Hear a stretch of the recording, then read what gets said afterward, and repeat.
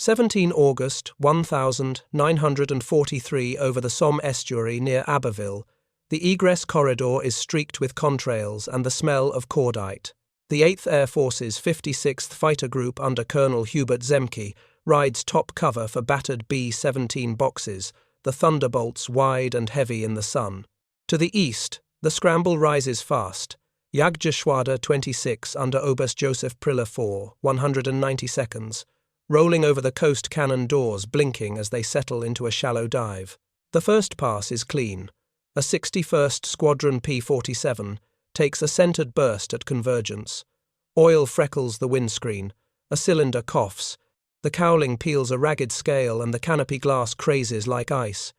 In the few 190, the German pilot waits for the usual orange flower, the neat fall away, the American gone to gravity. The Thunderbolt does not oblige.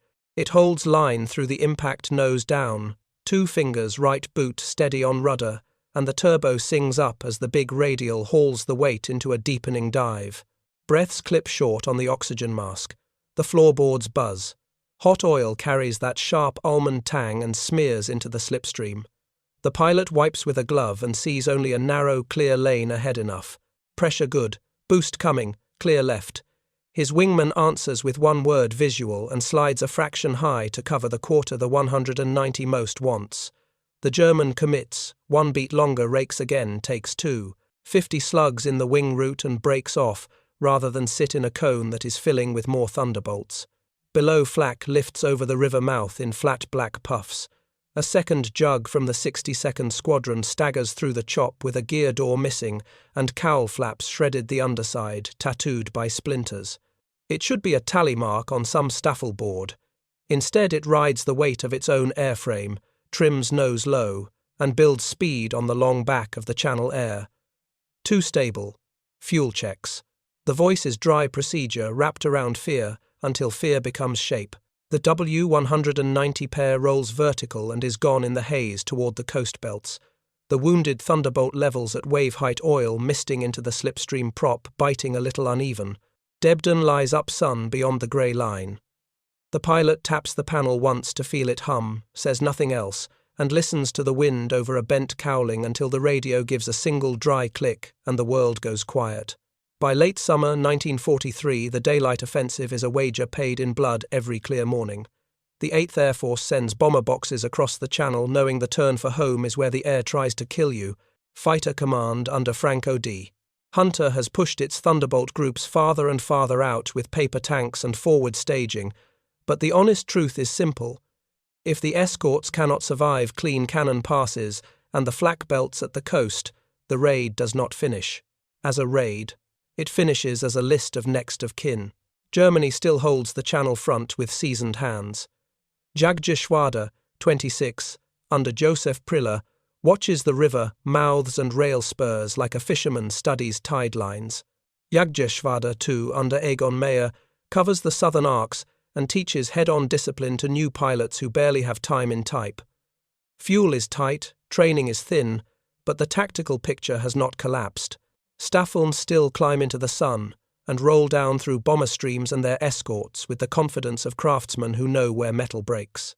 The old script says, an American fighter that takes a centered burst at convergence becomes fuel, smoke and paperwork before the second hand ticks again. On the American side, the fear is not theatre-wide theory, it is concrete. 20mm shells burst into a Thunderbolt's cowl at 250 metres. Flak over the Somme, over the Pas de Calais, over every arcing river mouth, walks its patterns into egress lanes where fuel gauges lie and drop tanks spit their last. A gap of minutes in escort cover becomes an opening for a staffel to shear the bomber stream and convert a day's plan into a shattered hour. The crews know this in their bones. They know it when they watch a silver shape take one precise stitch of fire and disappear. They know it when the mapboard at Debden or Halesworth grows pins. The moment that matters is the one where the script misfires. A P-47 that soaks a centered burst and keeps flying is not a miracle. It is a cut in the fabric that held the German plan together. Survivability is not a statistic in a brochure. It is the power to remain present long enough to keep the corridor stitched. If the Jug can take punishment and still cover the box, the Luftwaffe's arithmetic begins to bend the wrong way. Every second a German pilot stays on a target that refuses to die is a second he risks the arrival of more escorts from above and behind. The calculation flips from finish the kill to get out, while the vertical is still yours. Order of battle today tells you how close to the threshold both sides are living. The 56th Fighter Group under Hubert Zemke carries the top of the return route with the 61st, 62nd and 63rd Squadrons. Adjacent boxes get the 4th and the 353rd. Maintenance teams work like field surgeons, rolling battle-damaged airframes back into the line in hours. Fuel and drop tanks are counted like meals. Across the water, JG-26 sorts flights to bounce at the coastline and the airfields behind it, while JG-2's cadres cull the bomber stream with practiced angles. Flak regiments fill the seams. No fighter can be everywhere. This is why one wounded Thunderbolt that refuses to die matters more than its own skin. If an escort can remain in the fight after a clean hit, it forces a different fight on the attacker. It holds the seam open for another pair of Jugs to drop a line of 50 caliber across the path. It gives battered bombers the minute of cover that separates a bleeding formation from a routed one. And it starts to teach a habit across the American groups that fear can be wrapped in procedure until fear becomes a list of steps: dive for energy, extend, re-enter, keep spacing that allows a torn machine to be guarded by another. Doctrine is already moving underfoot. Zemke is bending his group into a dispersed intercept web that catches, bounces and punishes loitering. Formation spacing is no longer a matter of style, it is survival geometry. Drop tank logistics push farther east every week. Command discussions in London are closing on a simple truth that will soon be written into orders. Escorts tied tightly to the bombers die on the bombers' schedule. Escorts freed to hunt begin to thin the interceptor corps. That last step will formalize in the new year under Jimmy Doolittle. But the logic is visible now in the way elements slide separate and return like tools on a moving belt. If the United States fails here, the bomb line shrinks. Fighter groups burn fuel, holding tight cover, while the deep targets recede like a shoreline in fog. Bomber losses rise, mission planners grow cautious, and the war takes months that nobody can afford. Germany keeps the ability to bargain with time and blood because the daytime corridor never becomes reliable. If the United States succeeds, it is because survivability plus procedure makes the corridor real. German Staffeln stop chasing damaged Thunderbolts to the deck because the exchange turns sour. Hit and run replaces finish the kill. Flak belts shoulder more of the load as fighters spend less time in the stern of escorts and more time setting up fresh ambushes. The effect is not cinematic, it is cumulative. It shows up in crews who come home in machines with holes you can put a hand through, and in intel reports that count more German sorties cut short. Both sides feel the wire tighten. German pilots trust the old method, but they can hear doubt begin to speak when a shot-up Jug does not go away. American pilots respect the lethality they face, yet they sense the shape of a new rhythm, where the big radial brings them out of trouble often enough to try again. The hinge is small and cold. It is whether the fighter you just hit is gone, or still there on the edge of your canopy bringing friends. The first pass works because the geometry is honest. A staffel of few 190 seconds comes down from a high quarter sun behind them, shallow enough to keep the guns on for 3 seconds. Convergence is set to the distance where the sight picture is widest and the hands are steady. Minengeschoss rounds stitch into cowlings and wing roots. On many fighters, a single centered burst cuts, coolant rips, a spar cap or shocks the pilot into over-controlling at the worst possible moment. The attacker does not linger. He rides the dive through, snaps up on the far side and resets vertical. It is a craftsman's method built on economy: one look, one cut, then out. The P-47 complicates that craft by refusing to fail along the expected fault lines. Inside the nose, the Pratt Whitney R-2800 will run ugly and still run. There is no radiator to drain dry and seize the prop. The first cylinder can cough, the oil line can tear, the cowling can gape, and yet the crank throws keep hauling. Around the pilot, the designer's stacked forgiveness armoured windscreen that shrugs the first shards, a seat backplate that keeps fragments from ending the sortie, self-sealing tanks that swell shut instead of spraying fire into the slipstream. The wing is a bridge more than a blade. Spars and hinges carry punishment without shedding control outright. None of it makes the Jug invincible.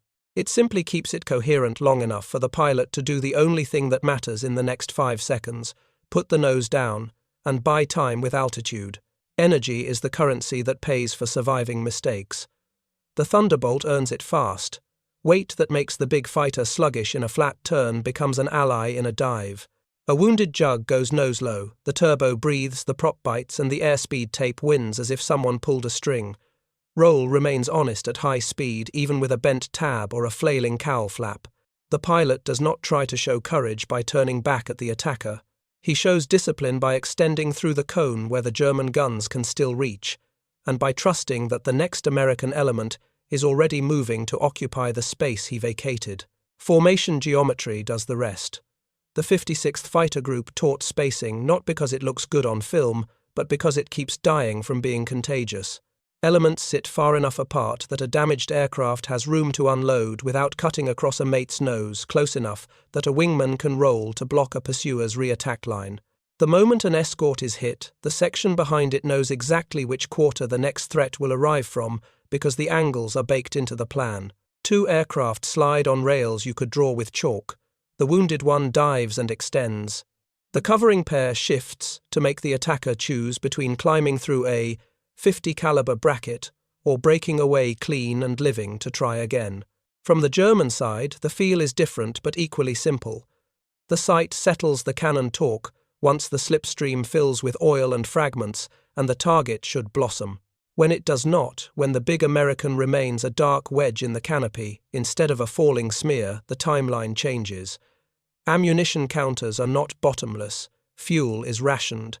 Every second spent finishing a Jug that stays coherent is a second spent descending into a box where other Jugs are inbound from altitude. The attacker shortens the stern chase, takes the vertical while he still owns it, and looks for a new angle on a softer shape. It is not surrender, it is arithmetic. Translate the brochure numbers into what a crew feels, and it is more stark. At 200 meters, the human body has 3 heartbeats to complete a gun pass. The first steady sight picture wins or nobody does.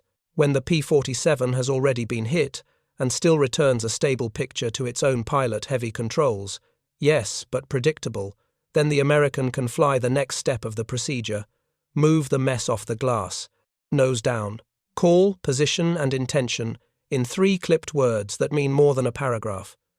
Trust the roll rate to keep the wings level long enough to escape the cone. Proof that this is pattern, not anecdote, arrives again in winter.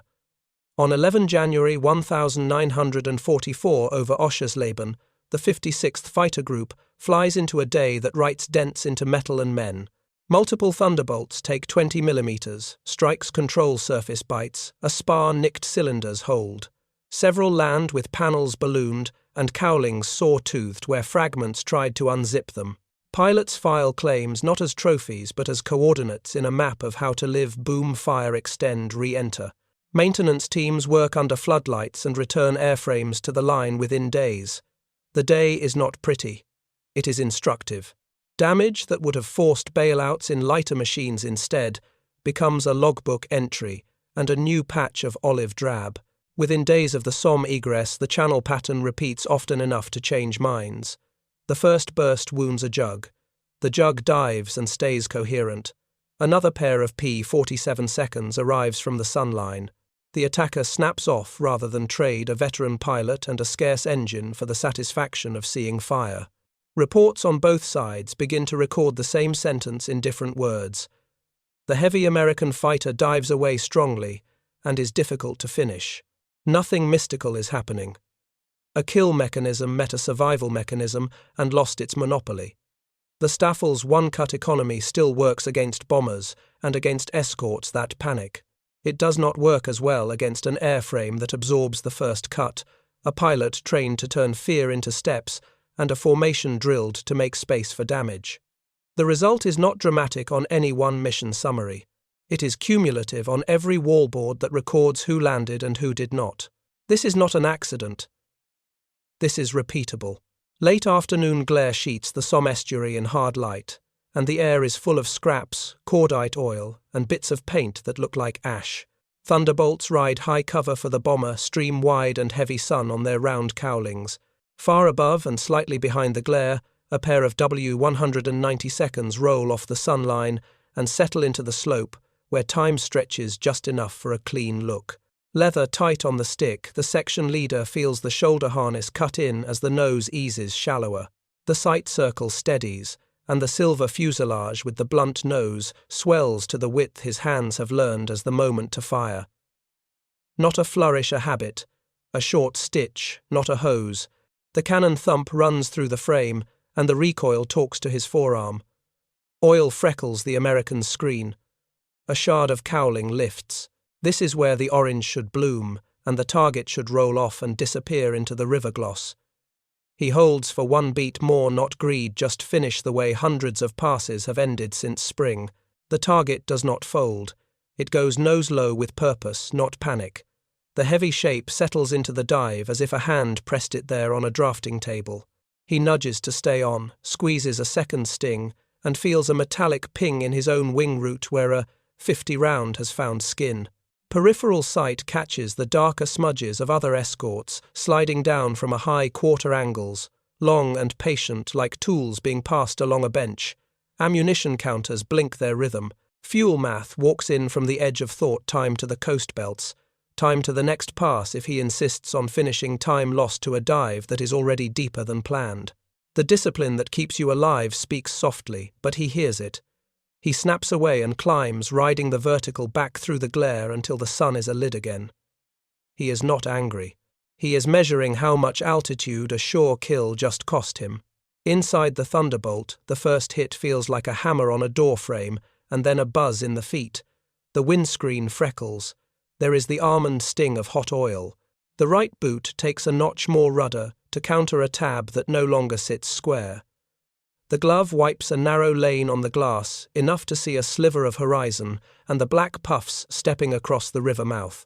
The voice that comes out is dry and clipped the same in training, and now pressure good boost rising nose down clear left. The left hand slides the throttle smooth and decisive. The right heel rests the stick forward 2 fingers and keeps it there. The turbo's shriek climbs a note, and the big prop pulls as though the air were rope. A wingman moves without being told, half-plane high and quartering, closing the door the German most wants. The trailing element widens its spacing to block the re-attack lane. Nobody raises their voice. The airframe that felt heavy at climb now feels honest at speed. Controls load, but they do not lie. The pilot does not turn to prove anything. He pays out altitude for time, and the time buys space. 2 quick squeezes stagger the attacker's appetite, not a duel, just a hand closing a gate. Breath hitches once, and then falls back into the rhythm that the mask has taught. Fear becomes a box inside the list of steps, and the list is moving. The river mouth throws up flat bursts of flak that flash and smear. The sea glints through the oil smear, and the horizon is a grey ruler. The engine note grows rough if the throttle is jogged, so it is not jogged. The panel hums with a music that might be imagined or might be bolts singing their piece. Too stable. Fuel checks. The answer is a single word that means an entire paragraph. Visual. The element holds the dive to the height where waves have texture, then levels just enough for instruments to stop jiggling and speak. Temperatures pressures a glance at the drop tank feed that is already past useful. Debden lies up sun and a long way, but the weight that made the slide fast also makes the level honest. The pilot taps the glass with the back of his glove. Not superstition, just to feel the machine talk back. High above the FT-190 pair regroups beyond the flak belts. The leader says the minimum, because the minimum is all the flight needs: short chase, no linger next box. He trusts his wingman to understand that a fighter that dives away strongly is not a free finish anymore. The American's heaviness is not a flaw to exploit, it is a property to work around. He marks the lesson where it belongs, next to fuel time and cloud thickness. Back at low altitude, the Thunderbolt keeps its line a hand's breadth above the chop. Oil mist feathers along the canopy frame. The wingman slides from high quarter to side by side, then back high again, each move measured like a tool set down on a bench and picked up by the next hand. The radio speaks in dry clicks and syllables. The bomber stream's contrails lift pale ladders to the east, and for a second the scene looks peaceful, a lie that disappears when a fresh scatter of flak opens like black flowers against sky. There is no speech about home, no vow, no complaint. The work is to be present in the corridor for 1 minute more than another. The Thunderbolt, that should have been a streak in the water, is still here flying a procedure that has made room for damage. The German who should have added a neat fireball to his mental tally has climbed away and is already looking for a softer angle. Both will be back inside of minutes, because this sky is a belt that never stops moving. The only advantage either can carry from this exchange is a change in what feels routine. The jug climbs shallow when the instruments say it is time, not before. The wingman checks behind, wants a long professional look that sees nothing and assumes something anyway. The FW 190 seconds arc toward a new entry point, and the sun puts a white seam along their canopies. Somewhere far ahead, a box of bombers has just crossed another border of fear into habit. The corridor holds, not because anyone is brave, though many are, but because a heavy machine that should have been gone is still in the air, doing exactly what it was built to do. By late 1943, the way the 56th Fighter Group fights is being rewritten in briefing rooms and on pierced steel planking. Colonel Hubert Zemke stops drawing pretty V's on blackboards and starts drawing lanes. He teaches his squadrons to arrive as a web, not a clump. The spacing is deliberate far enough to let a damaged Thunderbolt unload without cutting across a friendly nose, close enough that another element can roll and block the quarter a pursuer needs. He gives the group a simple rhythm: identify, acquire fire, relocate, and he disciplines the vanity out of tail chases. No sentimental turns. Dive, extend, re-enter from altitude. The point is not to look aggressive.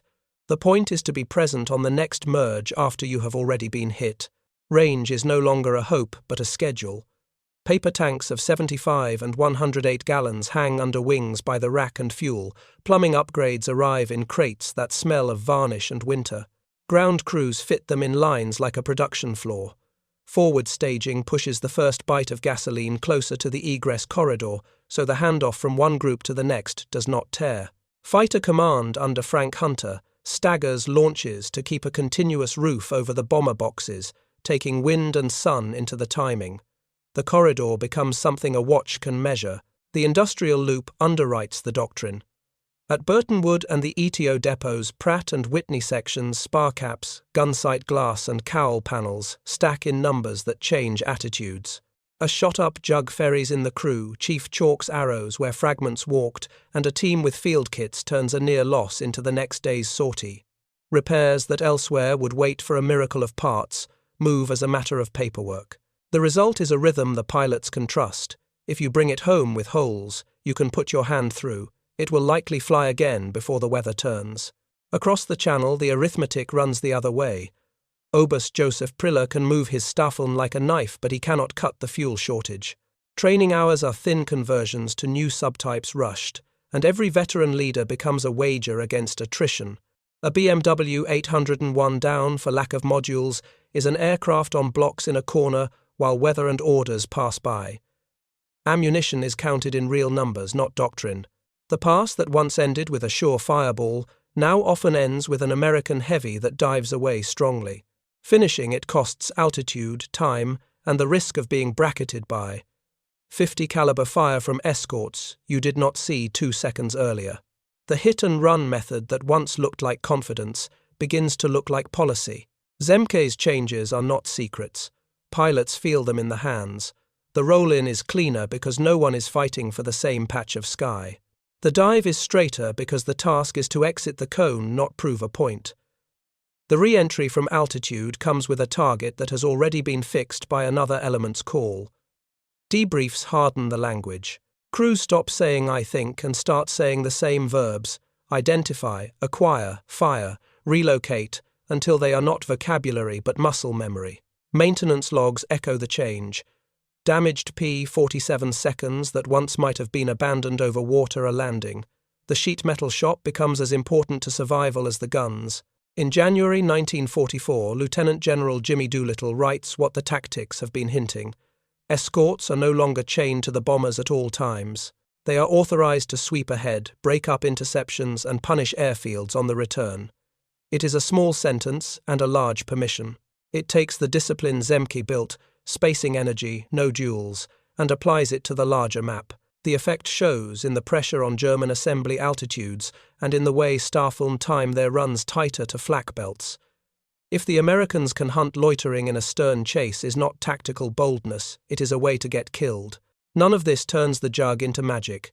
It turns it into a node in a system that expects damage and stays on task anyway. Standard operating procedure absorbs courage and makes it scalable.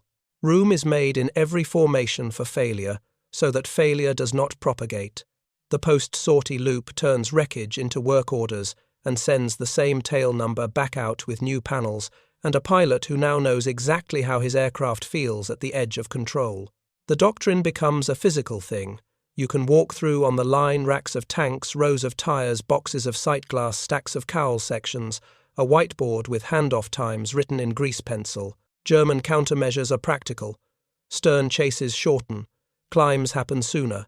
Head-on and quartering attacks against bomber boxes get priority where escort presence thins. Flak belts at river mouths and rail nodes do more of the anchoring work because steel does not need rest. The channel front still belongs to hands who know how to shape a pass, but those hands are now spending more minutes protecting themselves from the web the Americans carry into the sky. The cause and effect is plain. Survivability yields presence after being hit. Presence holds the escort curtain. Fewer clean German setups mean more broken attacks and more time for fighters to sweep. The industrial repair loop returns airframes fast enough to keep the doctrine from becoming theory. Within this bounded window, the war does not end, but the myth that escorts die neatly when struck begins to go out of date in the very rooms that once taught it. By the time snow hangs in the hedgerows, crews brief the rules like checklists and fly them without comment. The corridor is not safe, but it is reliable enough to plan around. The P-47 did not get lighter. It got procedures that fit its weight. On one side of the channel, pilots are told to stay long enough to finish only if the finish is free. On the other side, pilots are told to accept hits and keep the line because the machine and the system will carry the rest. America turns survival into a standard operating procedure. Germany starts budgeting courage like fuel. The myth had a simple sentence inside German briefings. A clean 20mm pass folds an American escort. It lived in hands more than in words, in how a section leader timed the dive and how a wingman counted 3 heartbeats across the sight. Through the channel months of 1943, the sentence held often enough to feel like physics. Escorts died neat. Bombers felt the coast belts without their roof. The corridor could be bent by craft. Late summer into winter, the sentence began to come back frayed. On days like the Abbeville egress, a Thunderbolt that took a centered burst went nose-low and did not separate into fire and parts. It kept shape.